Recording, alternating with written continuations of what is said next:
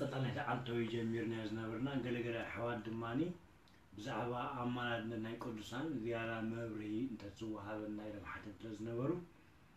أمانة مالت انتاي مالتي بمجمر تعالى زحتو تمثلنا وتعالى تسملنا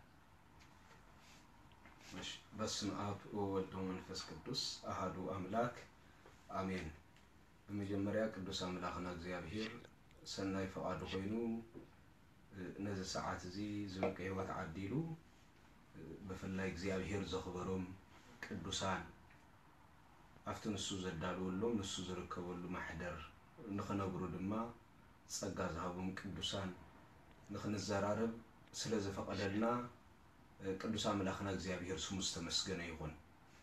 በቀጥታ ምናልባት ናፍተህቶ ከናት እንተዳቆይና አማላድነት ወይ ድማ ልመና በመንጽር መጽሐፍ ቅዱስ ክርአን ከሎ ሙሉ በሙሉ እንታይ ማለት እዩ ዝብል እዩ ተሐፈሻዊ ምናልባት ቀሪቡ ዘሎ ሕቶ ከም ተቀዲምና ምናልባት ብዙሕ ግዜ በኦርቶዶክሳዊ ተዋህዶ ቤተክርስቲያን ዝግለጽ አስተምህሮ كل سب بمجمريا كردو زغبا لاي اورثودوكساويت بيتا كريستيان مجمريا مسارتا مصحف قدوسي سلازي المصحف قدوس مسارت غيرنا اينا خا نخل استمهرونا مصحف قدوس ماكل زغبري غيرنا اينا نغلص دغصي بزحات منافقان تمرت بيتا كريستيان مصحف قدوساوي كمزي يكونه نمصحف قدوس زي تختل تمرت خمس غونه غيرو يغلصوا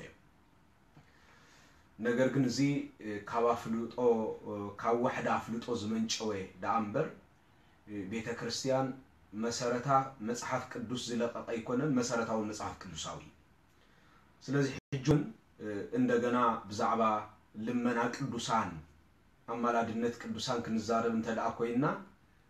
መጽሐፍ ቅዱስ ብዙ ብሎ መለክዒና ክንዛረብ ዝግባና ቤተክርስቲያን አማላድነት ቅዱሳን ክትቀመን ከላ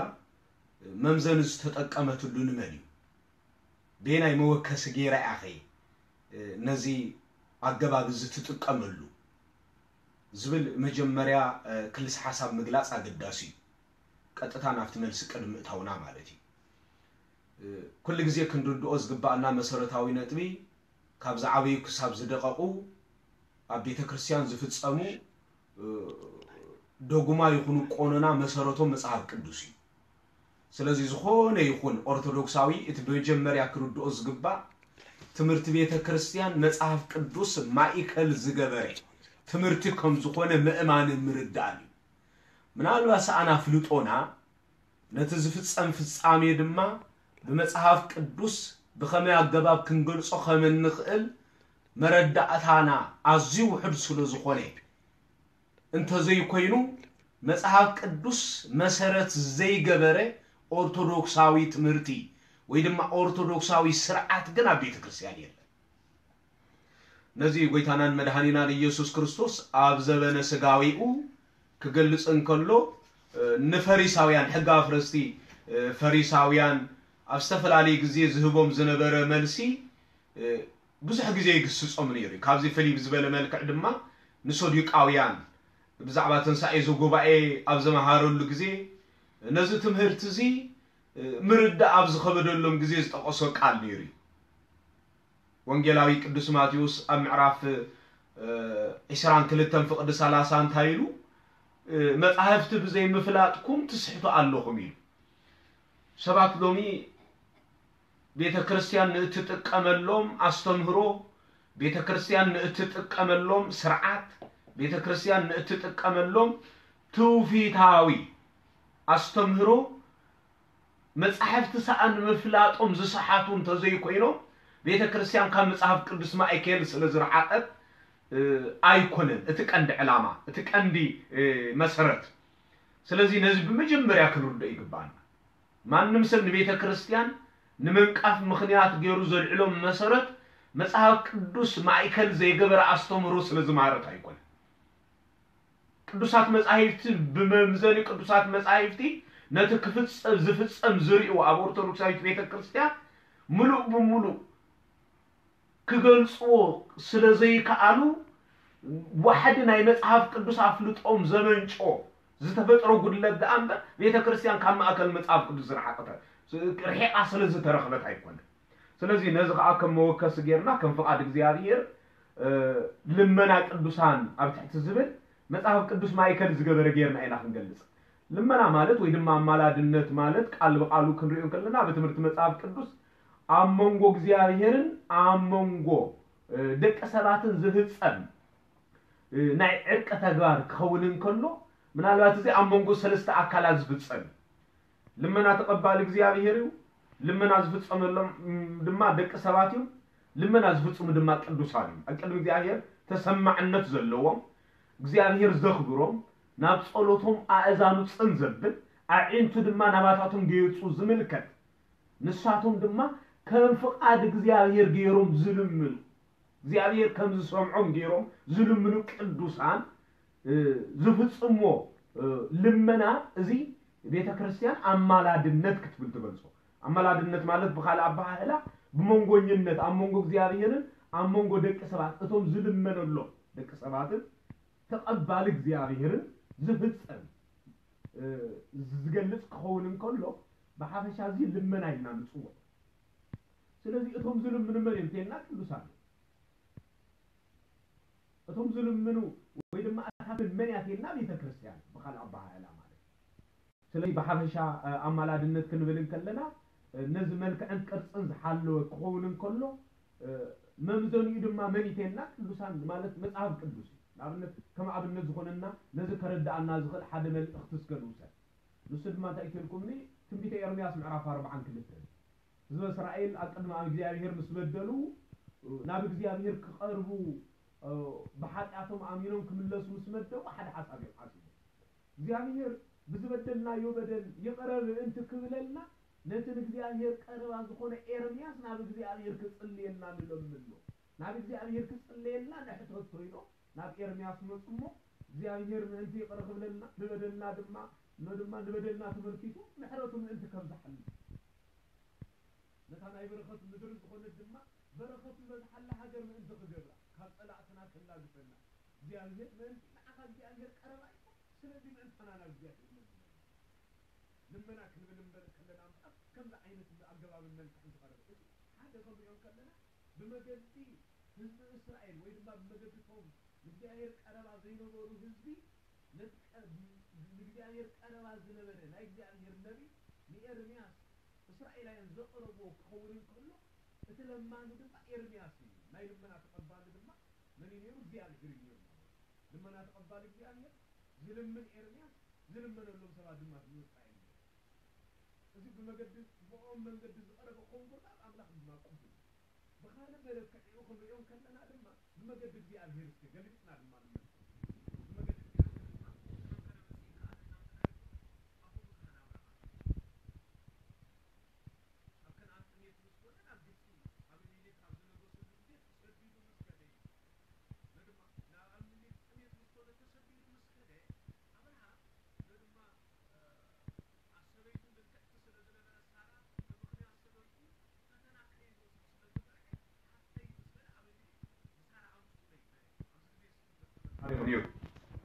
እግዚአብሔር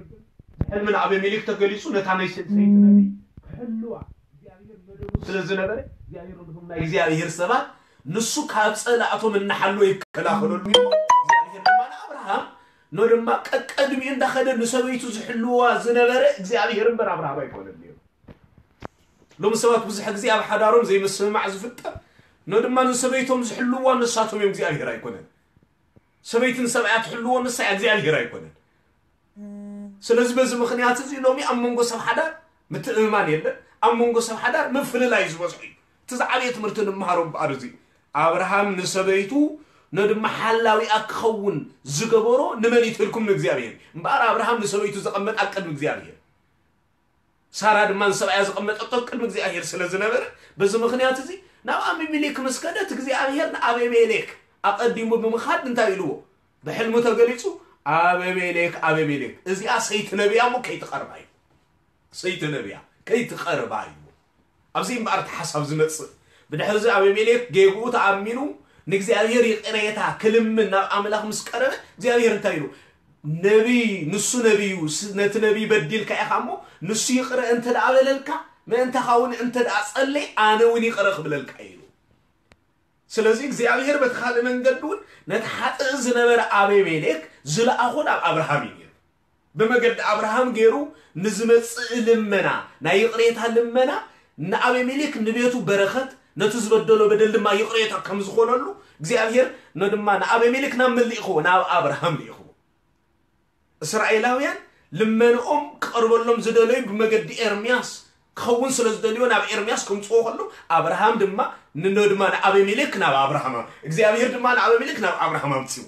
ተዘዋዋር መደገድ ሰፈጸመዚ ስለዚህ ልመና መጽሐፍ ቅዱስ ማይከል ዝገበረ ከም ዝኾነ በመገድ እግዚአብሔር ኮነ በመገድ እቶም ሓጣን ዝነበሩ ህዝብ እስራኤል ዝመጸ እንርዶ እዚ ማለት በኋላ በኋላ ስለዚህ ነዚህ እምባር ክልቱ አማኪለ ነታ ሐሳብ ክገልጾ እዋ ነድማ አዝይ አገዳስን መሰረታውን ስለዝኾነ በከምዛ አይነት መልእክት ዝምጻኹ በመገድ እግዚአብሔር ገርና ክንሪዮም ከለና ናይ እግዚአብሔር ልመናው ሀብ እግዚአብሔር ስለዝኾነ ነቶም እኮ ናብኡ ክቀርቡ ኢሎም ዝመደቡ ሰባት ይቅሬታ ክገብረሎም ልመናኦም ክቅበል እግዚአብሔር ዝመርጾ ዝነበረ መገድ መን ይተልኩም ለቅዱሳን ነው ነዚህ ዝተረዱ ህዝብ እስራኤል የምንባል ናብ እግዚአብሔር ክምለሱ መስመደቡ እግዚአብሔር ዝሰምዕ ነደማ እግዚአብሔር ቀልጢፉ ዝሰምዕ ነቶም ከም ፍቃዱ ገይሮም ዝልምኑ ቅዱሳን እሞ ኤርሚያስ ምእንቲ ክጽልየልና ናብ እግዚአብሔር ነደማ ድሌትና ከቅርበልናስ ኤርሚያስ እንደምን ይለው ናብ ኤርሚያስ መጽ ስለዚህ ልመና ማለት ነዛ ሐሳብ ዚ ማእከል ዝገበረ አሞንጎ ሰለስተ አካላት ዝፍጸም ሓደ አካል እግዚአብሔር ልመና ተቀባሉ ድማ ዋጋ ልመና ዝኸፍል እቲ ሓደ አካል ድማ ቅዱሳን እዮም ምእንቲ ደቀ ሰባት ምእንቲ ህዝብ ዓለም ዝልምኑ እቲ ሳለሳይ አካል ድማ ልመና ዝቀርበሉ አካል ንሳቶም ድማ ንሕና ኢና ማለት ስለዚህ ልመና ክንብል ከለና ነዚ ማእከል ገይሩ ዝገልጽ ዘንጸባርቕ ነዚ ማእከል ገይሩኻ ሐሳብ መጽሐፍ ቅዱስ ሐሳብ እግዚአብሔር ኣብ ልመና እንታይ ከም ዝኾነ እንርዳአሉ መለኮታዊ ትምህርቲ ልመና ተባሂሉ ይጽዋዕ ስለዚህ ልመና ክንብል ከለና ነዚ መልእኽቲ ዘለዎ ሐሳብ ማለት እዩ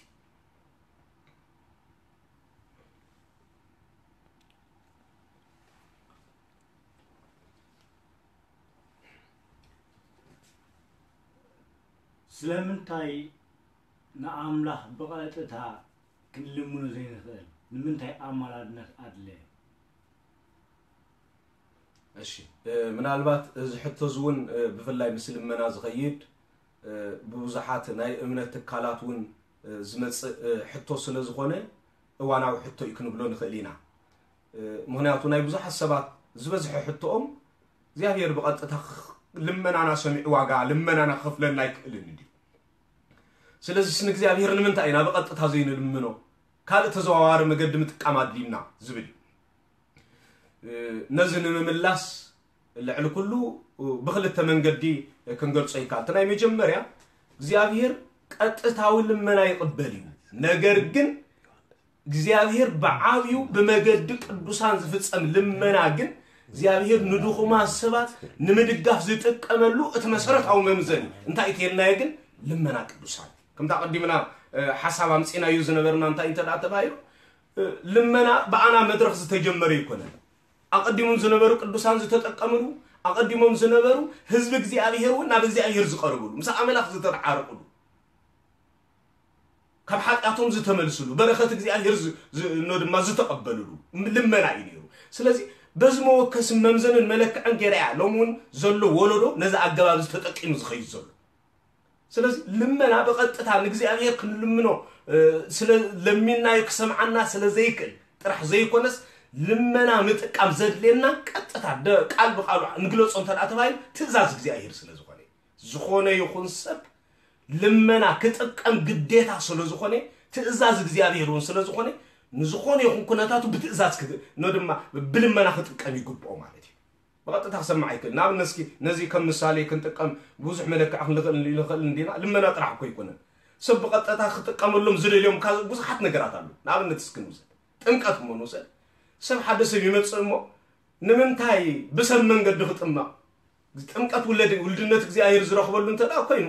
ጥምቀት ንምንታይ እግዚአብሔር በዓሉ ቀጥታ ዘይጠምቀኒ ንምንታይ በሰባት ምጥማቅ አድሊኒ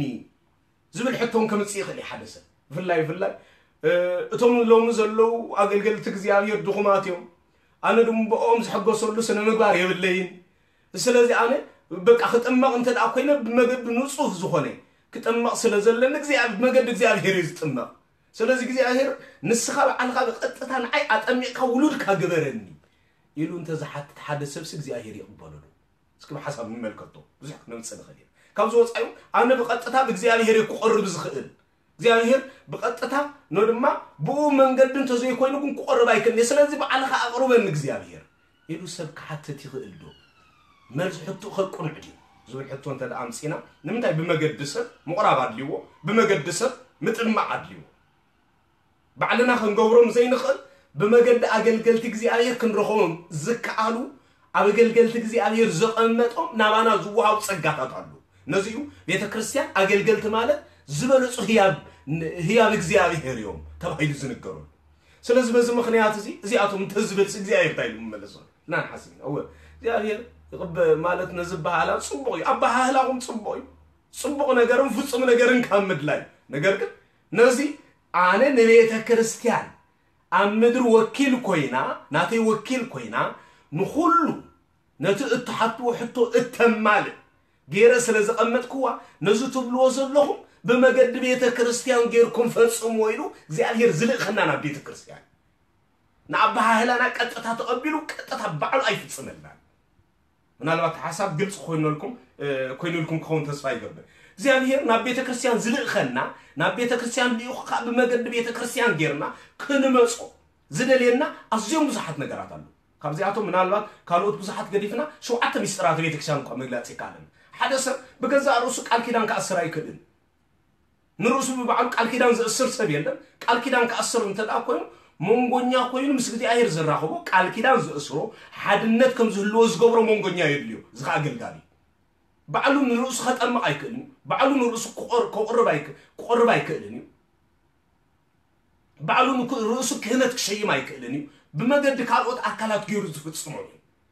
سلازي زي أتو منكر اليوم كلنا أم مونغو እግዚአብሔርን አሞንጎ እቲ ጸጋ ነዝ ጸጋ ዘተቀባሉን ኮይኖም ነዝ ጸጋ ዘውህቡ ሞንጎኛታት ዝሆነ አካላት አሉ ነዝ ከገልጽን ኩሉ ሐሳብ ሐዋርያ ቅዱስ ጳውሎስ እኮ ንቆሮንቶስ ቤተ ክርስቲያን አብዝ ጻፈሉ መልእክቱ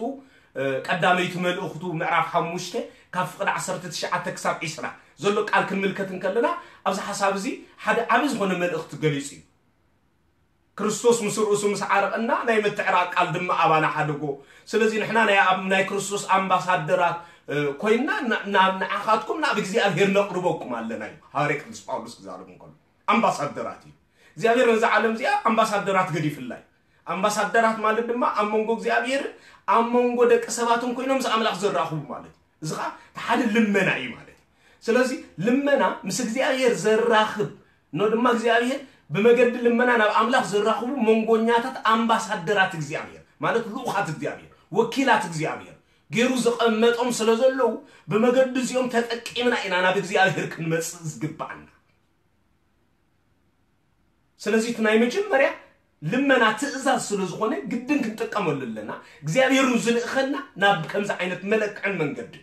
ናብነት እዚ ሞከስ ዝኾንና ቅዱሳት መጻሕፍት ከም ተቀድምና ዝገለጽና እዩ አምባሳደር እስክንበል እስክነዚያ ንምርዳውን ቀጥታ ይقبለና እግዚአብሔር እንተዳይልና ቀጥታ ለሚን ይقبለኒ ይኽእል ይሉ ንዝቀርብ ሰብ እግዚአብሔር ልዕል ሁሉ ቀረባ ንትሑታት ስለዝኾነ ንከምዚአቶም ሰባት እግዚአብሔር አይቀበሎም ምናልባት በግልጽ እንግለጽ አይቀበሎም በከመይቴልና ተጻድቅ አብርሃም ተጻድቅ ሙሴ እኮ ቀድመ እግዚአብሔር ከቀርብን ከሉ አቀድመ ደቀ ሰባት ገጹ ምስል እግዚአብሔር ዝተሳሉ ከም ፀሐይ ዘብርቅ ነው ድማ ዝበርህ ዝነበረ ገጽ ሓዞ ሙሴ እኮ ናብ እግዚአብሔር ከቀርብን ከሉ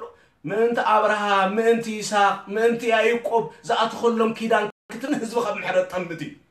አነ ጻድቅ ሰብየሞ ቀጥታ ንዓይ ተቀበልና ይበል ነቶም ቀዳሞት አቦታት ከይዘከረ ልመኑ ቅድም እግዚአብሔር አይባል ምንተ አብርሃም ይሉን አብርሃም ዘኪሩ ምንተ ይስሐቅ ይሉን ይስሐቅ ዘኪሩ ምንተ ያዕቆብ ይሉን ያዕቆብ ዘኪሩ ስለዚህ ከምዚ አቶም ዘአመሰሉ አበይት ቅዱሳን እኮ አቀድመ እግዚአብሔር ከቀርቡን ከለው ዝጥቀምሉ ዝነበሩ መለክዕ እንታይ ይተልኩም እዚ ብረትሕትና ንርሶም አቀድመ እግዚአብሔር ይقرቡ ነይሩ سلازي እግዚአብሔር ልዕል ኩሉ ንትሕታት ይቀረባ ስለዚህ ናይ ትሕትና መለክዕት ሓደ ድማ ንሱ ንቃቅም እግዚአብሔር ቀድም ቅራቡ ነዝ መለክዕ መጋጽም ባል አምባሳደራት ይሉን ዛ አምባሳደራት ተገሊጽያ ሙሉ ነዛ ሐሳብ ግልጽ በሐሳብ ትምልሰልና ኮይና ስተቀመጠት ስለዝኾነት ነዛ ሐሳብ ዚ አንምርዳ ምናልባት በትዝርዳና ቋንቋ የርና ክንገልጾ ጽቡቅ ደስ ይብለኒ አምባሳደር ማለት ታይ ማለት አምባሳደር ዝብል ቃል በኸመይና ንርዳ አምባሳደር ዝብል ቃል ንግለጾ እንተዳ ተባዩ ካፍታ ሐሳባቱ ምድራውን ሰማያዊን እናማሳሰልና ክንገልጾ ምክንያቱ መጽሐፍ ቅዱስ በሐሳብ ደቅ ሰባት ዝተገልጸ ወይ ድማ በቋንቋ ደቅ ሰባት ዝተዳለወ ግንከ ናይ እግዚአብሔር ሐሳብ ዝገልጽ መጽሐፍ እሱዕሉት ሐሳብ ቀጥታ መጽሐፍ ቅዱስ በቋንቋ ደቅ ሰባት ዝተገልጸ ናይ እግዚአብሔር ሐሳብ ዝገልጽ መጽሐፍ እግዚአብሔር ንደቅ ሰባት ሐሳቡ ክገልጾሎም ባህሪው ክገልጾሎም ፍቃዱ ክገልጾሎም ኢሉ ምስ መደበ በቋንቋ በትኽርዶም ዝኽል ቋንቋ ገይሩ ንሐሳቡ ንፍቃዱ ገሊጽሎም እግዚአብሔር ዝገለጸልና በከምዛ ዓይነት መለክዒ እምበር መጽሐፍ ቅዱስ ተጻፈሉ ቋንቋ እግዚአብሔር ያልብልኒ መጽሐፍ ቅዱስ ተጻፈሉ ቋንቋ ሰቢ እቲ ሐሳብ ግን ሐሳብ እግዚአብሔር እዝን ተዳአ ኮይኑ እግዚአብሔር ንዓና ብርዳአና ብዝኽል መለክዕን ምሳሌን አገባብን እና ተጠቀመ እዩ አብዙሕ ኩነታትን አጋጣምን ነው ድማ ነቲ ሰማያዊ መለክዒ ምስኡን ራኸበሉ መንገድታት ገሊጽልና ተሓድና ይልምን አገባብ ዝገልጸልና ድማ አምባሳደር ትብል ቃል ናብነት እስኪ ምድራዊ ንግለጻ መጀመር አምባሳደር ማለት አብ ሓንቲ ነው ድማ ሃገር ስደት ንዝቅመጡ ስደተኛታት ምስተዓባይ ዝኾነት ሃገር ዘራኽብ ምስተዓባይ ዝኾነት ሃገር ዘራኽብ መልእክተኛ ናይታ ዓባይ ሃገር በኻል አባሃላ እታ ኤምባሲ ማለት በኻል አባሃላ ዛ ኤምባሲ ያ ነታ ዓባይ ሃገር እትገልጽ ንእሽተይ ሃገር ነታ ዓባይ ሃገር እትገልጽ ንእሽተይ ሃገር አብ ስደት ዘላይ ስለዚህ እትሰብ ምስተዓባይ ሃገር ዝራኽብ በመገድታ አምባሳደር ገይሩ ወይ ድማ በመገድታ ኤምባሲ ገይሩ ናፍታ ዘሎ ሃገር ኳ ከአትን ተዳአ ኮይኑ በመገድታ ኤምባሲ ነው ድማ ቪዛ ሓቲቱ ናፍታ ሃገር ትያዛቱ ተዓባይ ሃገር መንግስተ ሰማያት ያ እታን እሽተይ ሃገር ወይ ድማ ኤምባሲ ድማ ቤተክርስቲያን ስለዚህ በከምዛ ዓይነት መለክዕ ንሰሉ ወይ ድማ ንሳስ ተባለ ድማ ቅዱሳን አምባሳደር ተባሉ ቅዱሳን ስለዚህ ዝማለ ድማ እንታይ ተዳአ ተባለ ማንንም ሰብ ናብ ሓንታ ሃገር ንምእታው ግድም ቪዛ ሓትታሉ ብዘይብኡ ግን ወዲ ዜጋውን ስለዝኾነ ቀጥታ ኸይድ አይክእልን بو من قد يخيز إذا ما ندم ما انتهي تبعي بيت كريستيانون أو كده لما نازق أمت أطول من رح إزي ما نمسل بمجدي كدوس أنتم زي أهرزل أخوم أمباسادرات غيريو نا أخذت حزق كعب سلازي قطتا كنا صحن خلينا أنت دايلنا أمباسادراتو نا أزرع خبنا سلازق أمت قلنا أتوم أمباسادر زتبهلو كدوسان ونا أزرع خب سلازقون بو من قد جيرنا ترحينا نا وكن بس حزق على الناس سلازي نزاقاب زكنت كمل لي قبعنا إذا مالتنا قل نبي زي بقطتها لما ناين قررنا مالتكم زي كونه نتحسب بنصر كل ردو يقبع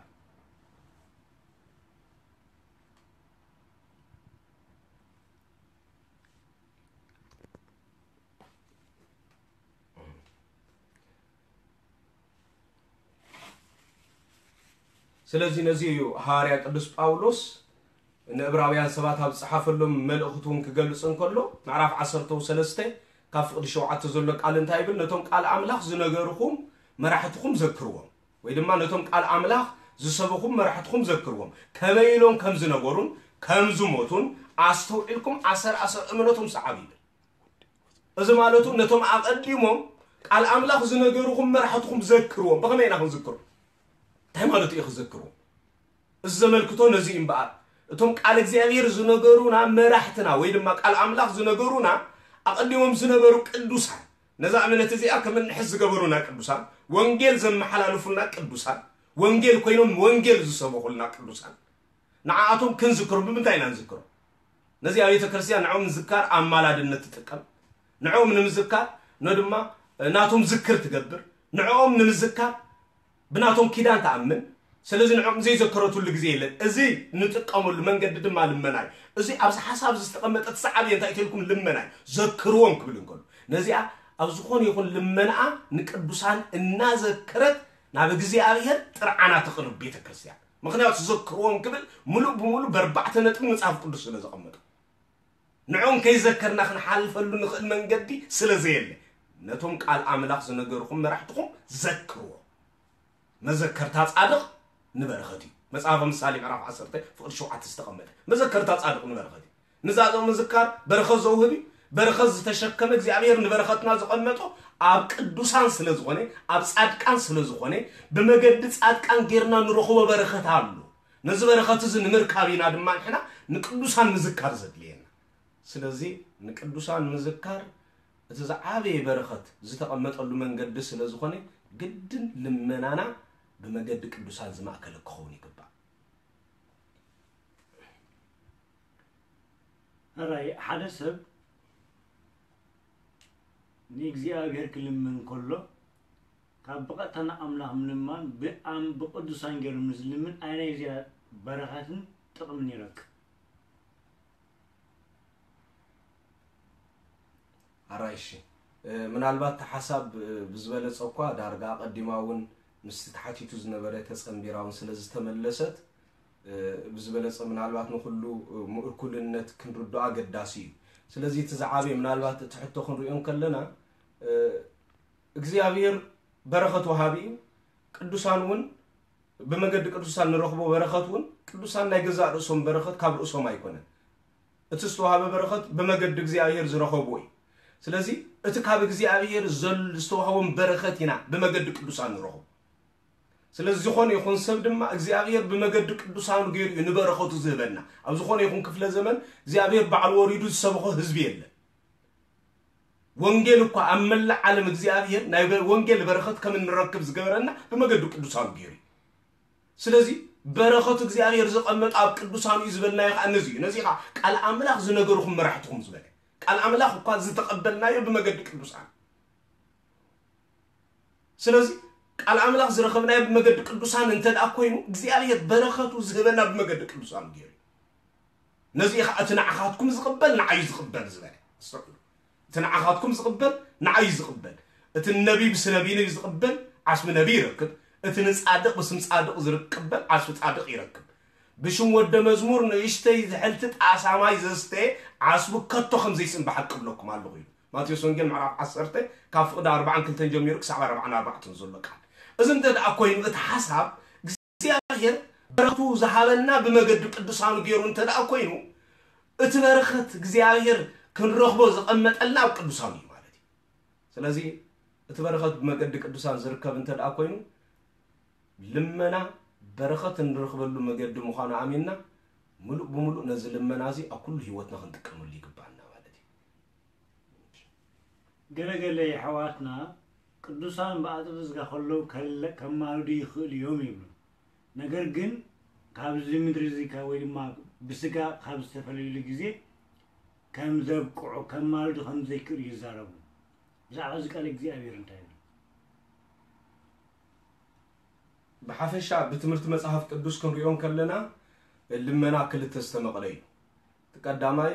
لمنا قدوسان باصد سغا لمنا قدوسان باصد نفسينا كلتن مقلو لمنا قدوسان باصد سغا زبل حتوكا دارغا مبزحت غزي كراخر يكونن بمخنياتو باصد سغا قدوسان كم زمالدو ኦርቶዶክሳዊት ቤተክርስቲያን ጥራሕ ዘይኮነስ በአብዮን አስተፈላለዩ ናይ እምነት ተካላትውን ዋላኳ በቃል እንተዚ አመኑ በተግባራውነት ወንክርዮ ከለና ግን ዳርጋ ነዛ አገባብዚ ከም ዝጥቀምሉ ምናልባት እዚ ካኩላህና ዝተሰወረ ነገር አይኮነ ሐደሰብ ንሓንቲ ናይ ሬማ ማሕበር ንዝመርሓ ጸልየለ ይሉ ናፍቲ ንዓ ዝመርሓ ፓስተር ሒዝዎም ዘይከይድ አውስተ አከበ ህዝብ የለ ስለዚህ ንሱን نودما صلوت غيرو نتسب مس እግዚአብሔር ከም ዘራኽቦ ስለዛአምን ምናልባት እዚ አገባብዚ ዘይጥቀሙን የለን ዳርጋ ስለዚህ አፍቱ ጉዳይ አጸደ ስጋ ዝብል ብዙሕ ጊዜ እኮ ክነጥፋሉ ዝኽእል ንኽእል ስለዚህ ኮነ ልዕል ሁሉቲ ብዙሕ ጊዜ ከም ሕቶ ዝለዓል ቅዱሳን በአጸደ ነፍስ ይልምኑ ዲዮም ከመገሮም ክልምኑ ይኽእሉ መጽሐፈ መክብብ ከምሳሌ እንዳምጹን ዝጥቀሙሉ ሐሳብ አሉ كموت አንበሳስ ያው ክልቢ ሐይሽ ዝብሉ ሐሳባትን ካልኡትን ስለዚህ ቅዱሳን ሙታን ድማ ክልሙኑልና ይክሉን ስለዚህ ክልሙኑልና ስለዚህ ይክሉ ከመገርና ነቶም ምሳና በህይወት ዘይሉ ቅዱሳን ክልሙኑልና ይኽእሉም ይልና አሚንና ክልምን ነድማ ለምኑልና ክንብል ይከአለና ዝብል ሐሳብ ብዙሕ ጊዜ ዘለዓል ስለዝኾነ ኣብዚ ሕቶ ዛቶ ከርና ብዙሕ ክንዛረባ ገዳሲ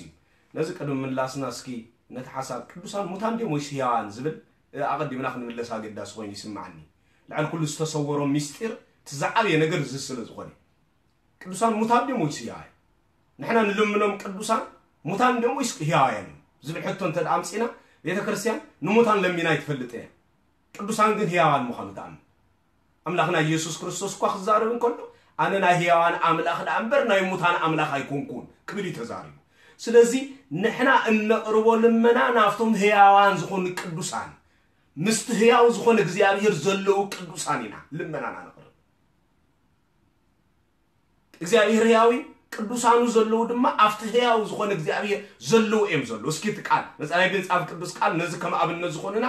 ገላ ሐሳባት መግላጽ አገዳስ ስለ ዝኮነ ነዚ ቃል ዝክንገልጽ ናብነት ራእይ ዮሐንስ ምዕራፍ 21 ካፍቅዱ 6 ክሳብ 6 ሸሞንተ ዘሎ ቃል ተጣውሲድና ከምዚ ይብል አልፋን ኦሜጋን መጀመርታን መወዳታን አኔ زسأله كاب عين ما هيوت كستي بهم ودم ما كهوبي أتزسعر نز كورسوي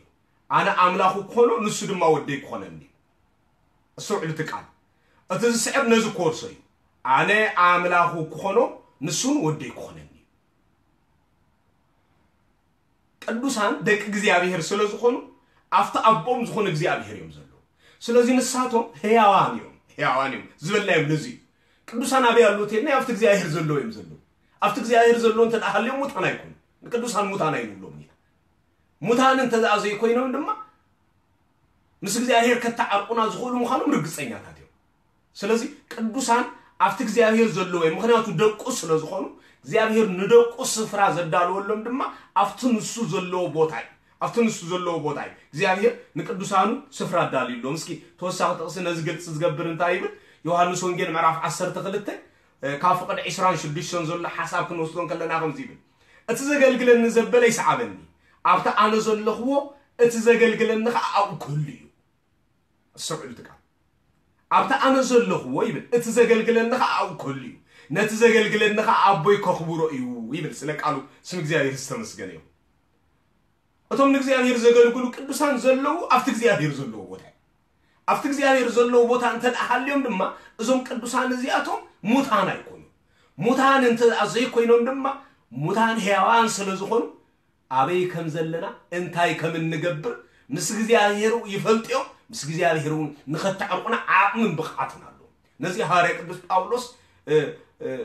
ነው ድማ አመልእኽቱ ክገልጽ እንከሎ ዝገልጽ ዓዳ ዓብ ሐሳብ ነይሩ ሎሚ ፍልጠትና ጎደሎይ ጽባሕ ግን ሙሉእ ክኸውን ኢሉ ምክንያቱ ያውያ አፍት እግዚአብሔር ዘለው ይዘሉ እቲ ድኹም ዝኾነ ስጋ ሙሱ የለ ስለዚህ ንሱ ሙሉእ ይሽዑ ምስ እግዚአብሔር ምስኮኖም ኩሉ ነገር ሙሉእ ሎሚ ፍልጠትና ጎደሎይ ዳሓር ግን ሙሉእ እዩ ሎሚ ብዋጓጎ ንርእለና ጽባሕ ገጽ ንገጽ ክንርኢና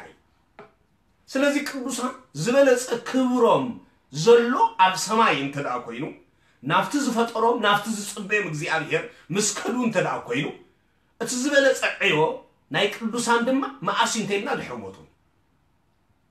ነዛ ሀገር እዚኣ ስለዝናፈቃ ኢኻ ሐዋርያ ቅዱስ ጳውሎስ ክገልጽ እንከሎ እንታይ ንዓይ ህይወት ማለት ክርስቶስ እዩ ሙማት ድማ ረብሓ እዩ ቅዱሳን ረብሖም ድሕሪ ሞት ዘሎ ህይወት ምዃኑ ንዑ ድማ ኣመጣጢሮም ይርዩ ስለዝነበሩ ንሶም ኣብ ምድሪ ኮይኖም ዝምነይዎ ዝነበሩ ነቲ ድሕሪ ሞት ዘሎ ህይወት እዩ ምክንያቱ ድሕሪ ሞት ዘሎ ህይወት ንዓቶም ህያዋን ዘብሎም ኣብ እግዚአብሔር ዘሎ ቦታ ከም ዝነብሩ ዝገብሮም ስለዝኾነ ነዚዩ ዮሐንስ ሉቃስ ወንጌል ምዕራፍ 23 ዝተቀመጠ ቃል እቲ ቢየማን ጎይታ ዝተቀመጠ ጎይታ ኣብ መንግስትኻ ዘክረኒ ምስ በሎ ጎይታ እንታይ ኢሉ ኢየሱስ ክርስቶስ ክገልጽ እንከሎ እንታይ ኢሉ ብሓቂ ብለካ ኣለኹ ሕጂ ኣብ ገነት ምሳይ ክትውል ኢኻ እቶም ናይ እግዚአብሔር ሰባት ዘለው ኣብቲ እግዚአብሔር ዘሎ ኣብ ገነት እዮም ዘለው ስለዚህ ንሳቶም ህያዋን ስለዚህ በመጀመሪያ ክንርድኦ ዝግባና ቅዱሳን ሙታን ደም ወይስ ህያዋን أمالدولنانيوم دحرموتهم زبل حتى زمن سوم موتانيوم زبل مغنياتو كاب موتان بس هياو كلبي حيش زبل حتى زلمت قدوسان ግን ሙታን አይኮኑን ህያዋንዮም ቅዱሳን ነዚ ሐሳባትን መልእኽትን ዝገልጽ አውሽት መጽሐፍ ቅዱስ በብዙሕ መንገዲ በሰፊሕ ዝኾነ አገባብ ተገሊጽ እዩ እስኪ ነዚ ክገልጸልና ዝኽእል ብዙሕ ሐሳባት ስለዘሎ ነዚ ቃንሕና ኩሉ ግዜ ብዝግባ ክንርድኦ ይግባና ራእይ ዮሐንስ ምዕራፍ 8 ፍቅድ 3 ተገልጸ ቃሉን ነዚ መልእኽት እዚ ምናልባት በከመይ ይገልጹ ከም ዝኾነ እስካ ሰውዒልና ንመልከት ከምዚ ይብል ካለ መልአኹን ጽንሃ ወርቅ ሒዙ መጸሞ أقدم مسوي دوبله مس صلوت كلهم قدوسان وسيخو أبلعلتي أقدم زفان زلو مسوي ورقي ما أنت كوفيخ بزح أتعان توهبو صلوت منيلو صلوت قدوسان أتوم هيان زخون قدوسان أقدم እግዚአብሔር مسوي زقرب بقع زخون صلوت زلو ስለዚህ በዚህ ምክንያት እዚ ቅዱሳንና ሙታን አይቆኑም ሕያዋን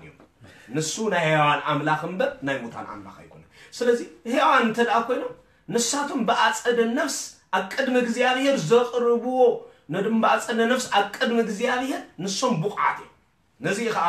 ነዚህ ከምሳሌ ዝሆነና ቀዳማይ መጽሐፈ ነገሥት ምናልባት ከምዕራፍ 11 ሙሳ ዲካል እግዚአብሔር ነቲ ናይ ጻድቅ ንጉስ ዳዊት ወዱ ዝነበረ ሰሎሞን በበደል ዝተመልአ ህይወት ክነብር ምስ ጀመረ እግዚአብሔር ዝቦሎ ነገር እንተዳነሩ ደጋጊማ ሓደ ሐሳብ እዩ ንስኻ ከምባሪይ ዳዊት ጌርካይ ተአዘዝካን ንሕገይ ወን ይሐልኻል ፍቃደይ ወን አይፈጸምካል ብኹለንትና ከአብይኻን ይኻይሉ እግዚአብሔር ሞዳታ ግን ትዝገርም እንታይሉ ምእንቲ ባሪያይ ዳዊት ክብል ግን ንመንግስትኻ ካባኻ አይክወስዳን እዩ በበደል ዝተመልአ ሰሎሞን መንግስቱ ከምትጸንዕ እግዚአብሔር ዝገበራ ነቲ ብሞት ዝተፈልዮ ዳዊት ኪዳኑ ነቲ ሕያው ዝኾነ ዳዊት ኪዳኑ ዘክረ ስለዚህ ልክ እኳ ቅዱሳን ድሕሪ ሞቶም አቀድም እግዚአብሔር ብጾም ብጸሎት ብስግደት ተጸሚዶ ሙሉእ ብሙሉእ ከምታ ኣብ ምድር ዝገብሩ ዓይነት ልመና አቀድም እግዚአብሔር ይቅርብዮም እኳ እንተ ዘይበልና ነታ አቀዲሞም ኣብ ምድር ዝተዋህቦም ኪዳን ግን እግዚአብሔር ይዝኻኽሩ ነዚ እናዘኻኸሩ ድማ ንደቂ ሰባት ናብ እግዚአብሔር ከም ዝቀርቡ ይገብሩ ስለዚህ ቅዱሳን ሕያዋን እንዳአንበር ሙታን ስለዘይኮኑ አቀድም እግዚአብሔር ኩል ሰብ ንደቂ ሰባት ብልመና እና ማለት እና ለመኑ ምስ እግዚአብሔር ዘተዓርቁ ከም ዝኾኑ ክንርድኦም ይግባና ስለምክንያቱ ቅዱሳን አብ ያሉ ይትሕቶች ንሕና ንልምኖም ቅዱሳን ሳብ ይዘሉ ቀዳምነት እንታይኦም ዝብል ሕቶ ሕያዋን ንሕና ንልምኖም ቅዱሳን ሙታን ደሞ ይስያዋን ሕያዋን እንተ ደኣ ኮይኑ ንሶም ከአብዮም ዘሎ ይትሕቶ አብ ያሉ አበይ ከም ዘለውን ተፈሊጥና ብድፍረት ሙታንዮም ኢልና ከም ዘይንብርግፀኛ አበይ ከም ዘሎ ተፈሊጥና ካኒ ቅዱሳን የማሉድዮም አያማሉድዮም ዝብል ክርክር ከም ዘይመጽእ ርግፀኛ አበይ ከም ዘሎ ተፈሊጥና እዚ ክገብሩ ከም ዝኽእሉ ርግፀኛታት ኢና ተመልእኽተን በዓል ዮሐንስ ወንጌል 14 ምዕራፍ 14 ፍቅዲ 2 ከም ዝይብል አቤት አቦይ ብዙሕ ማሕደር አሉ ማይደር እንተ ዘይህሉ ግና ምነገርኩም ነይረ ሕጂ ግና ስፍራ ከዳልወልኩም ኸይዳሉ ስፍራ ከዳልወልኩም ይኸይዳሉ ስለዚህ አቤት አቦይ ብዙሕ ማሕደር አሉ ዝበለ ጎይታ ንቅዱሳኑ ሙታን እንት ኮይኮኑ ሕያዋን እንት ኮኑ ማሕደር ከዳልወሎም ይከይዱ ስለዚህ ማሕደር ዘዳልወሎም ጎይታ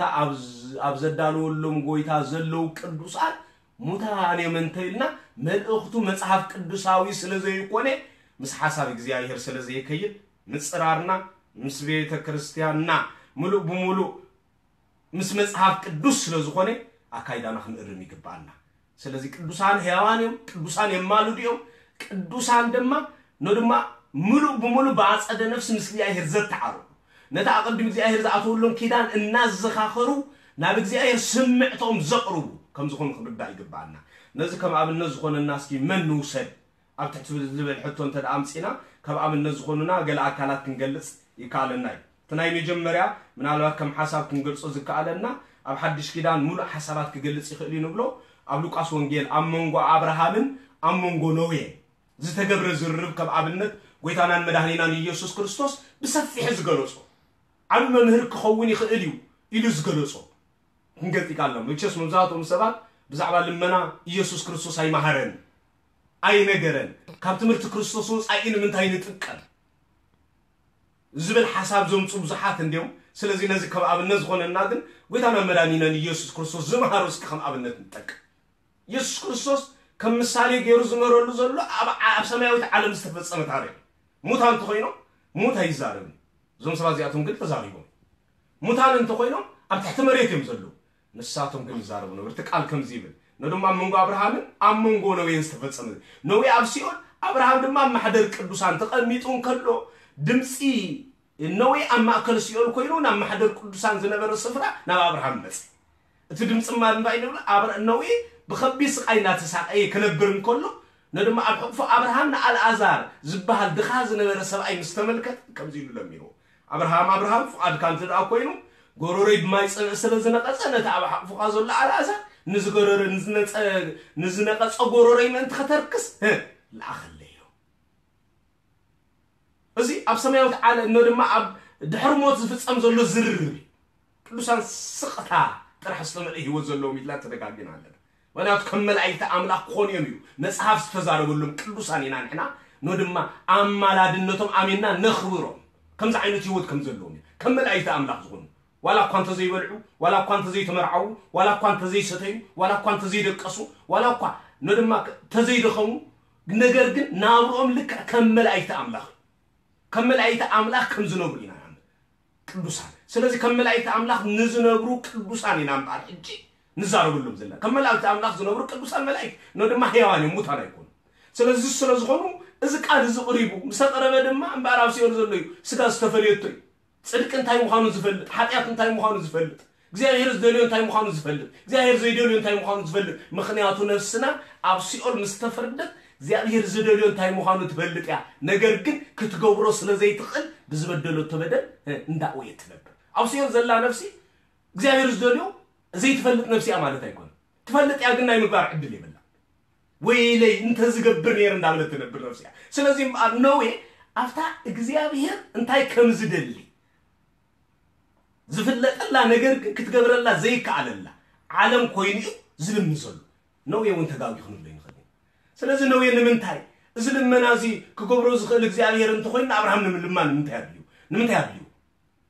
نوية وين حجة تداوي يكن بالعين خدين أبراهام وين زلم منازي نعايز جبا زي كونه زجبر زي عليه سلازم كونه نابق زي عليه رجس كلام من عايبولون نكدوسان لمنا خمس جبا عبيرو تقبلوا أتزجبا عمل سد ما مليشو نزم اسم الله صلوا لحريص تتقام الحساب جنت هاي زبدينير سكنا في حساب نخيل بجاخل بقداريو أبراهام قدوسان كجبروز خلوا نجر زعلانة نوي أبراهام لمينو انتاي فقط كانت تدعكوا نفسي تفريدة أم مدر حموش حوات علوي نساتهم دم فردهم كما يكون أم مدر نزلوا زماناتهم أنت خد تقامرو الحقوق نزل على أبراهام كموت هتنسي كاسد الدمو نسد ما نابرانا إذا علم ذي كما يأتي أفهم خانو تصدق أنت زي فتيم كاخنو قرومينو أبراهام قليسو أم مدر نزلو مسحفة أوريتن نبياتن كم دما ممهران تداليهم لمالو نعوم انت سمع صبو انت زي سمعو كن فردون كما أخونيلو أبراهام زموته مسحفة نبيات كد مسحفهم مسحفة أوريت كد مسحفهم وكانت نبرة نزقن آبتا دحرموت زل عالم كوين يفلطو سلازن نبرة نتو دحريو زتبصحفة مسحفتي نتو دحريوم زمصو أبيهرو أوريت زنبرو نتو دحريو زمصو نبيات كي ترف فريقو الزمن عيناي زمن كم زنا مرة فريقه نعبر النووي بلك عينا بيرو بعض يمكن كاب نووي استمهرنا يسرد عنا ينتسعب ينتأتي لكم كدوسا كابرهم استمهرنا كدوسان كله خمس فلتون كله خمس خولون دحرم وصلي كاب نووي استمهرنا ينتأتي لكم كدوسان كله خجور جزء أي سلطان كم زعو تبع إذا أمن كل يقالوا يبل مسحف يمو كدوسان بما كله نايم كبار عقم خمس اللو نووي عجيدو سلزم نزيخا نعل أزهر كموت أتنسين مدريك نمدر سبيلو ندجنا سباق خوون كم زخل كجورو خم زخل أبراهام سلزا أمنا أبراهام لميو سلزي توم نحنا نأمنهم كدوسا نزموا تختون سوز غلو توم نحنا نأمنهم كدوسا أب عالم زفت أمن تايكم مخانو إنه دم أجزاء يرزدار ولهم كوبوتا كوينهم زريو زفلتو من أنت عالم زتصليو من أنت عالم دم محرز دمو زت تعرقو كتعرقو زغلو محرات قوهم زخلوا مخانم نرد على زعبي ميستري أستوعبوا نوي كوزلو منو لما ناسينيو نزام مدرزي أزت أكم نجار نسخة تجبر ذيك على كايمو نزام مدرزي أزت أكم نجار أنت كون على أزار سرديو سلزيتهم نحنا نأمنهم كدوسان نبيت ستأكم عالم زتأكم نخلو زتأكم كجورو زخلو كلم منو زخلو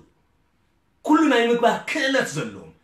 كلنا يمقبار كألاتهم دم دحرم موتهم زيت وصدهم صدق بالعلم صدق سوسو مخانو من أنا أمن سلزي نزمل الأختزي نساتهم هي عيانهم موتانا يكونون كلنا يمقبار كألا الدم ماشو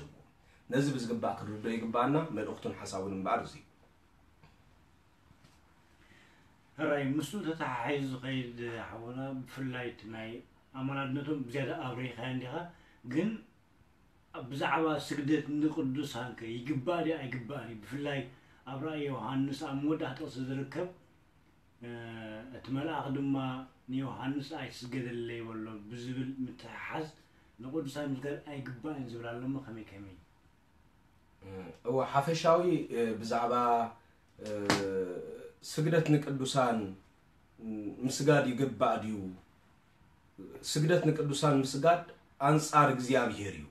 ወይ ድማ አንጻር መጽሐፍ ቅዱስ ይሎም ደፊሮም ርግጸኛታት ኮይኖም ዝዛሩ ሰባት ብዙሓት እዮም ፍላይ መናፍቃን ነዚ ደፊሮም ዝዛሩ እዮም ከም አብነት ነዚ ዝጥቀምሉ ከም መጽሐፍ ቅዱስ የተዝገርም ክልተ ጥቅስታት መዃነን ክልተ ጥቅሳት ጥራሕውን ኣይኮነን ሓንቲ ጥቅስ መዃነ እዚ ሓንቲ ጥቅስ እዚኣ ኻራ ዮሐንስ ምዕራፍ 19 ፍቅድ 8 ዘላ ኣብዛ ጥቅስ እዚኣ ሓንቲ ተቐሚጣ ዘላ ጥቅስ እንታይ አንተ ዳ ተባሂሉ ዮሐንስ ነቲ መልአክ ከም ዝሰገደሉ እቲ መልአክ ድማ ኣይትስገደለይ ኣነ ንስኻን ግን ንሓደ እግዚአብሔር ክንሰግድ ይግባአና ኢልዎ እዩ ስለዚ ዮሐንስ ዝሰገዶ ስግደት ቅቡል ኣይነበረን ዝብል ሓሳብ ብዓብይ ማለት እዩ ልዕሊ ኩሉ ግን ምናልባት ንሕና ቀጥታ ናብዚ ሓሳብ ቅድሚ ምእታውና ኣይትስገደለይ ዝብሉ ሓሳብ ቅድሚ ምውሳድና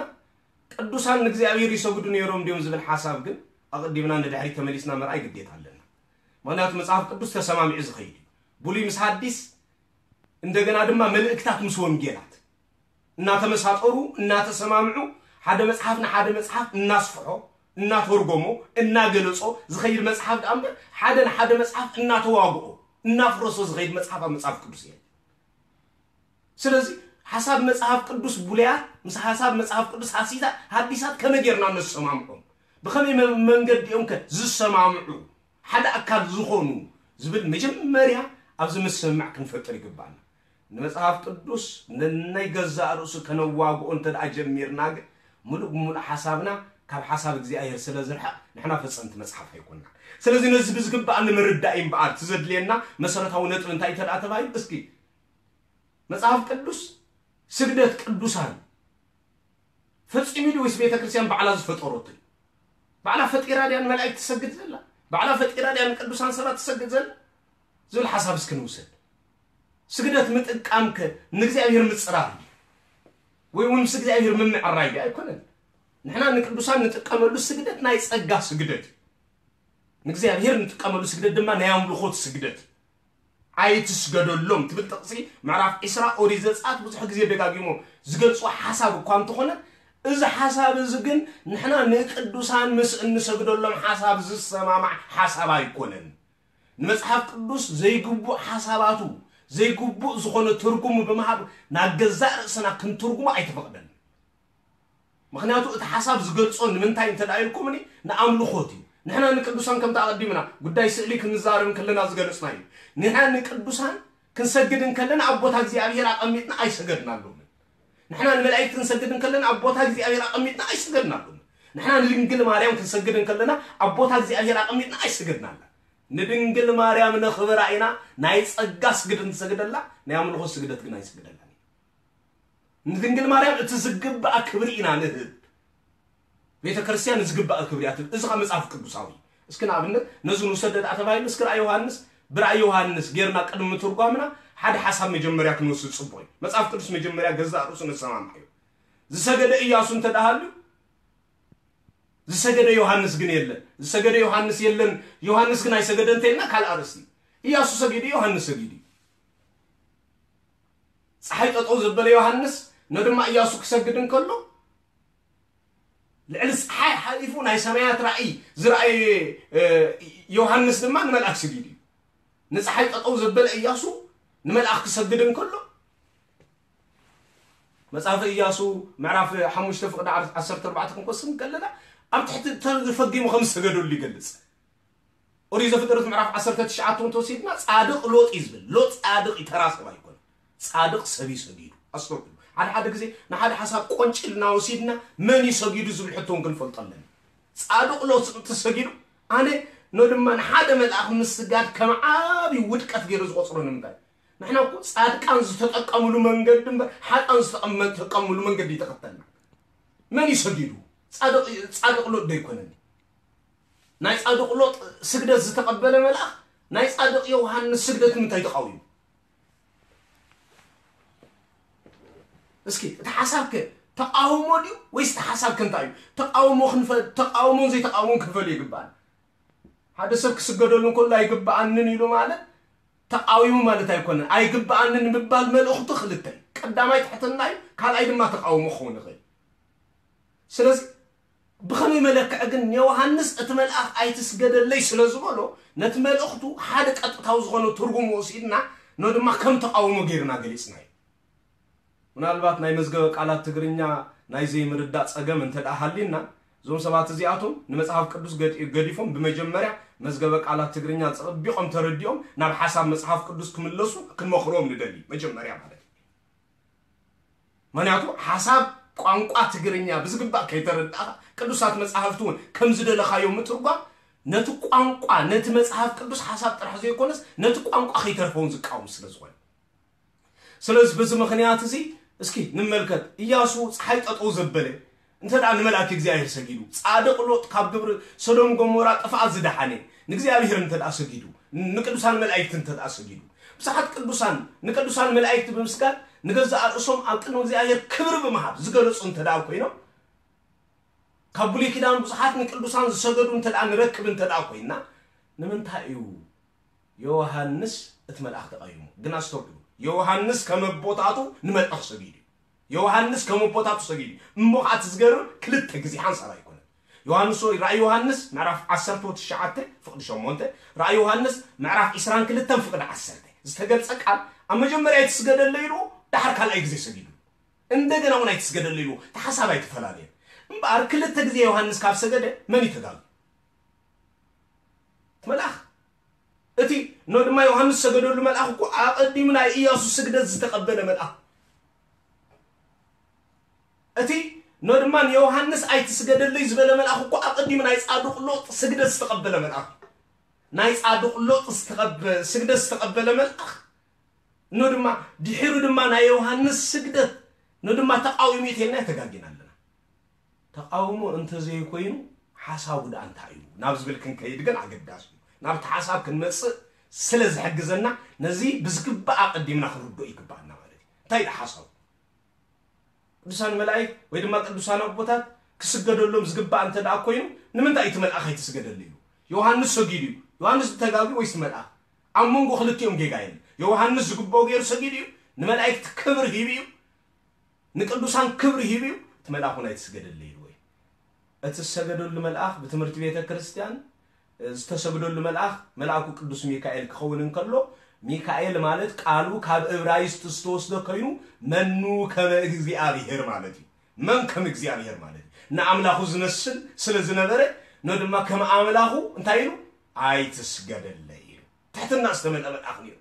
እዚ ዝገበሮ ለተሕትና ክብር ዮሐንስ ስለዝተመልከተ ክብር ዮሐንስ ስለዝራእየ ማይርገ ክህነት ክብሩ ዓቢ ቅዱስና ዮሐንስ ድማ ክብሩ ዓቢ ስለዝራእየ ንጽህኑ ዮሐንስ ከመላእክት በቂዕ ስለዝነበረ ንክብር ዮሐንስ ከገልጽ ስለዝደለይ ዳአሉ እምበር ንመላእክት ተስግደት ከቃወም ስለዝደለየ ስለዘይኮነ ሙሉ በሙሉ እቲ ሐሳብ ናይ ትሕትና ሐሳብ ዳአምበር እቲ ሐሳብ ሙሉ በሙሉ ናይ ትእዛዝ ሐሳብ ወይ ድማ ንስግደት ናይ ምቋም ሐሳብ ከም ዘይኮነ ካብቲ መልእክት ክርዶ ይካለ እንተ ዝኸውን ግን አስተውሉ ናብ ሉቃስ ወንጌል ምዕራፍ 1 ክንመለስና ናብ ሉቃስ ወንጌል ምዕራፍ 1 ምስመጻና ጻድቅ ካህን ዘካርያስ ነው ድማ መልአኩ ቅዱስ ገብርኤል ተገሊጹ እግዚአብሔር ጸሎትካ ሰሚዕካዩ ወድኽ ትወልድ ኢኻ ምስበሎ ነው ድማ ናይ ካህን ዘካርያስ ናይቲ መልአክ እግዚአብሔር ከመይሉ አነ ሸምጊሌ ሰበይተዩን አሪጋያ ከመይልና ሰሚዕትናው እንደኺሚ ከመይልና ክንወልድ ይካለና ይሉ እዚ ምስበሎ ነው ድማ ቀጥታ ነትልመኑ ስለዘይ ተቀበለ እዚ ህፃን ክሳዕ ዝውለድ አፍካ ባህን ክትኮን ይኸዩ ቀጽዕ ወይ እቲ መልአክ አይትስገደለይ ምስበሎ ዮሐንስ እንደገና ደቂሙ ምስሰገደ ጉለት ነሩን ተዝኸውን ከም ጻድቅ ወይ ድማ ከም ካህን ዘካርያስ ዮሐንስ ክጽዕ ነሩ አይቀጽረን ንምንታይ እዚ መልእክት ዘርኤና ድማ ትሕትና ምኻኑ ዘመልክት ይሞ በከምዚ ዓይነት ሐሳብ ነቲ መልእክቲ ክንርዶ ይግባአና ስለዚህ ስግደት ንመላእክት አይግባእን ይዝብል መጽሐፍ ቅዱስ አይተጻፈን ንቅዱሳን መላእክት ስግደት ከም ዝግባእ ግን መጽሐፍ ቅዱስ ሙሉ በሙሉ ነቲ ሐሳብ ገሊጹ ይርከብ ስለዚህ በከምዚ ዓይነት መለክዒ ክንርዶ ይግባአና ንቅዱሳን ክስገደሉ ይግባእ ኩሎም ቅዱሳን ዝግባእ ክብሪ ቤተ ክርስቲያን ትሁቦም ንምንታይ ተዳተባዩ ዞም ቅዱሳን እዚአቶም ኮ ዝፈርዱ ቅዱሳን زوم قدوسان زياتهم كو እግዚአብሔር شمم አማልክቱ ዝቀየሩሎም ቅዱሳን زوم قدوسان زياتهم كو እግዚአብሔር شمم ጎይታ ዝቀየሩሎም ቅዱሳን زوم قدوسان زياتهم كو እግዚአብሔር ነው ድማ ልዕል ዘበሎም ከዋክብት ዝገበሮም ቅዱሳን ኮኸብ ከኮኸብ ከም ዝበልጽ ነው ድማ ሰብ ከክብር ድማ ከክብር ይበልጽ ተባሂሉ ዝተነገረሎም ቅዱሳን ስለዚህ አማልክት ዘበጸጋው እግዚአብሔር ሽሙ እግዚአብሔር ንሙሴ አቦሪ ዘጻት መራፍ ሸውዓት እና ፈርዖን ክልኮ ከሎ አብዕል ፈርዖን እኮ አምላክ ገይሩ ይስልይኹ አብዕል ፈርዖን አምላክ ኮይኑ ዝተላኹ ሙሴ ናይ ጸጋ ስግደት እንተተሰግደሉ ገበና ይኮን ንሱና አምላክ መስሉ ይኸይዱ ና አምላክ መስሉ ዝቀደዝማ ግቡእ ክብር ክዋሃቡ ይግባ ና 12 ቅዱሳን ሐዋርያት እግዚአብሔር ክዛረበሎም ኩሉ አብ 12 ናይ ፍርዱ ወንበር ከም ዝቅመጡ ይገሩ ፈረት ኮይኖም ከም ፈጣሪኦም ዝተቀመጡ ቅዱሳን እንተ ተሰገደሎም ዝግብኦም ይተገይሩ ስለዚህ ስግደት ነቱ ዝግብኦ መሐብ ቅቡል መኻኑ ዝግባ ክርዶ ይግባና ዙ መጽሐፍ ቅዱሳዊ بزيادة أذكر أبرهيك هاكوان تخانك جن ناي وانجيلاوي يوحنس أفلتوس معرخ النينيرو نمر أكسد كلس أفلتوس لزقودلو ديو سجيدو ويون أبزر الجاز قبر كلس بزعبان قدسان زقبا ويدما يملاح زقبا أسكدس لذي فلد يخوم جيروس تحسب زغوني بزيادة أفلتونا يوحنس وانجيلاوس قرب قلسان أشي ምናልባት ተሐሳብ አስፈህ ለመባል እንተ ዘይ ኮይኑ በፍላይ አፍትሽ ጊዜ ምናልባት ተሐሳብ እንተ ዳተ መልኪትናዮ ንጹህ ኮይኑ ይስማዓኒ እዚ ማለተይ ቅዱስ ዮሐንስ ሙሉ በሙሉ በቅዓት ዝነበሮ ጻድቅ ሐዋርያ እዩ ቅዱስ ዮሐንስ ፍቅረ ጊዜ ቅዱስ ዮሐንስ በአገልግሎቱ ተመስከረሉ አብ እግሩ ጎይታ ኮይኑ 3 ዓመትን 3 ወርሕን ዝተማረ ቅዱስ ዮሐንስ እግዚአብሔር ጎይታና መድኃኒና ኢየሱስ ክርስቶስ ንቅዱሳን ሐዋርያት ናመላ ዓለም ክልእኮምን ከሎ መልአት ዘሎ ጸጋ ሂቢል ይኹ ስለዚህ ኩሉ አገልግሎቱም በመልአት ተመለየ ነው ኩሉ ከዱን ኩሉ ዓለም ወንጌል ስበኹ ክብሎም ከሎ እግዚአብሔር ኢየሱስ ክርስቶስ ንቅዱሳን ሐዋርያት መልአት ዘሎ ጸጋ ሂቢል ይኹ ስለዚህ በዚህ ምክንያት እዚ ቅዱሳን ሐዋርያት መልአት ዝነበሩ ጸጋ ዝነበሮም ዮሐንስ ድማ ካፍቶም 10 ወክልታ ሐዋርያት ሓደ ዝነበረ ጎይታ ዘፍቅሩ ሐዋርያ እዩ ስለዚህ ዮሐንስ ሙሉ በሙሉ በራእይ ተመስይጥሉ ዝነበረ ጊዜ ሰማያዊ ራእይ አብዙሪሉ ዝነበረ ጊዜ ነትን ራእይ ዝትርጉመሉ ዝነበረ መልአክ አብቅድሚ ፍግም ይሉ ምስጋሉ ክብር መልአክ ስለስተረደይ እግዚአብሔር ንቅዱሳን መላእክት ዛጎን ክብሪ ክሳብ ክንዴ አቡ ሙኻን ምስተረደ ንክብርት መልአክ ስጊዱ ስለዚህ ክብር መልአክ ዝተረደ ሐዋርያ ዝሰገዶ ስግደት ጌጋ ይነሩ መባል እዚ ሙሉ በሙሉ ንቅዱስ ዮሐንስ ጥራሕ ዘይኮነስ ነታብ ዮሐንስ ዝነበረ መንፈስውን ዘቃልል ስለዝኾነ እዚ በትምህርት መጽሐፍ ቅዱስ ቅብል አይኮነ ምክንያቱ ግብር ዮሐንስ ኩሉ ግብር መንፈስ ቅዱስ እዩ ዮሐንስ ግብር መንፈስ ቅዱስ እንተዳንዮ ዮሐንስ አይተጋገየ እትመልአ ሙሉ በሙሉ ስም እግዚአብሔር አውዞሎ እንተዳኮኝ ኩሉ እዩ ድማ ፍቃድ እግዚአብሔር እንተዳኮኝ ትመልአኹን አይተጋገየ ትመልአኽ ዝበለን ተሕተናይ ዮሐንስ ዝገበረ ድማ ዝተዝግባ እዩ ክንሰግድ ይግባና እዩ መላእክት ግን ስገዱልና ስለዝበሉና ዝተሰግደሉ ክፍለ ዘመን የለ በመምሕ እግዚአብሔር በትእዛዝ እግዚአብሔር እቲ ነት ክብሩ ዝግቦ ክብርሃ ስለዝበለ ቅዱሳን መላእክቱን ክገብሩ ዝግቦ ስለዝኾኑ ዝግባ ክብሪ ነቶም ንጹሃንን ቅዱሳንን ዝኾኑ ዙፋን እግዚአብሔር ከፊኖም ብዘይ ምቁራጽ 24 ሰዓት ምስጋኑ መግቦም ገይሮም ዝነብሩ ቅዱሳን ቤተ ክርስቲያን ዝግባ ክብርት ስለዚህ እትንሕና ክንህቦ ዝግባ ንቅዱሳን መላእክ ክብሪ እዩ ዮሐንስ እዩ አይተጋገ ምክንያቱ መንፈስ እግዚአብሔር ይምሱ ነይሩ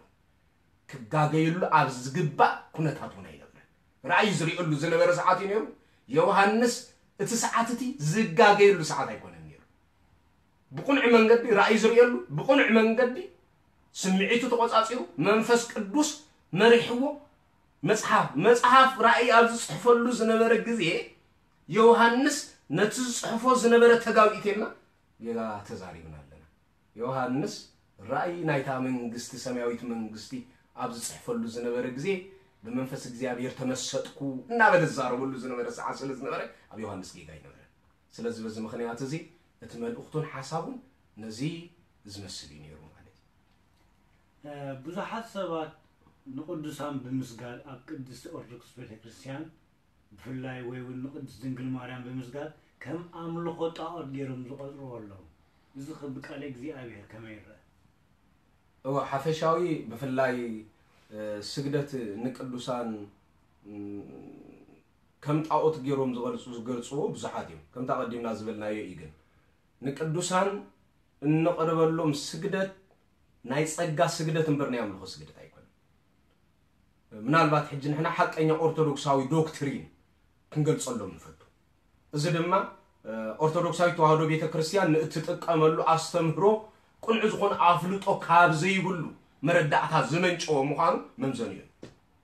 ብዙሓት ሰባት ንድንግል ማርያም እዮም ዘምልኹ ከምኡ ድማ ሓደ ገብርኤል ዘይኮነ 50 ገብርኤል እዮም ዘሎም ኢሎም በአብያተ ክርስቲያናት ቆጽሮም ዝዛረቡ ውሕዳት አይኮን ነገር ግን نحنا ملو بملو ندنقل مريم زملخ أرثوذكساوي يلا نقدس ميكائيل زملخ أرثوذكساوي يلا نأبونا أرجاو زملخ أرثوذكساوي يلا عاملو خوتنا حادق زيابير حادق زيابير كملخ كمزقبو عالم قاز فلتطو بمجدنا جيري أفريقيا نزلوا من تقاملو زلنا مصحف قدس مجمريا تركبتو زابيته كريستيان دي اصل زغونه نزل مصحف زقا بمجدنا جيرو تركيبو ስለዚህ በዚህ ምክንያት እዚ ንሕና ንቅዱሳን እንሰግዶ ስግደት ናይ ጸጋ ስግደት እዩ ንያምልኹ ስግደት አይኮነን ነትኩም ዝብሎም ሰባት ድማ ቀደም መንቃፍኩም ኣብ ኦርቶዶክሳዊ ተዋህዶ ቤተክርስቲያን መጽኹም ዶክትሪና ንመፍላእ ኣብ እግራ ተቀሚጥኩም ተማሃሩኩም ብሎም ንደሊ ከይተማሃርካ ንዘይ ፈለጥካዮ ምዝራብ ዘውቅስ ስለዝኾነ እዚ አስተምህሮ ዝኻ ናይ ኦርቶዶክሳዊ ቤተክርስቲያን አስተምህሮ ይኮን ناي بعلم فلسطنا ناي بعلم رديتهم نأرثوذكساዊ ተዋህዶ ቤተክርስቲያን ንምንቃፍ ዝጥቀሙ ለሐሳብ ዳንበር ኦርቶዶክሳዊ ቤተክርስቲያን ኣብ ዝኾነ ይኹን ክፍለ ዘመን ወይ ንድንግል ማርያም ወይ ንቅዱሳን ወይ ንመላእክት አምልኻ አይተፈልጥን ንያምልኹ ስግደት ሰጊዳው አይተፈልጥን በመምርሒዓ መጽሐፍ ቅዱስ ማዕከል ዝገበር ስለዝኾነ ኩሉ ነገራ ነዝ መልእኽት እዚ ዝሓዘ ከም ዝኾነ ንኩሎም ኦርቶዶክሳውያን ወይ ድማ ነቶም نز تمرت الزيت وردو كاب من الزنبري حواتنا كنقلصلو من دلي قال هو تسمع لنا دياقون حاونا بزياده دما ابز مص غزي لكحوم بزحات حواتنا بستفالي مغنيات نسزغبا قال እግዚአብሔር بزغبا ان يتردو كمزي ابستفالي غزي يركان خدمرنا بتسفا نصبا لنا كمون بزحات سبات بفلي ابز غزي زي اواناو زخونو حدثات አለው نسب ديت من نسلمو نعاون نخدم سنه دما غزي عيب صقي دغفكا يغنينا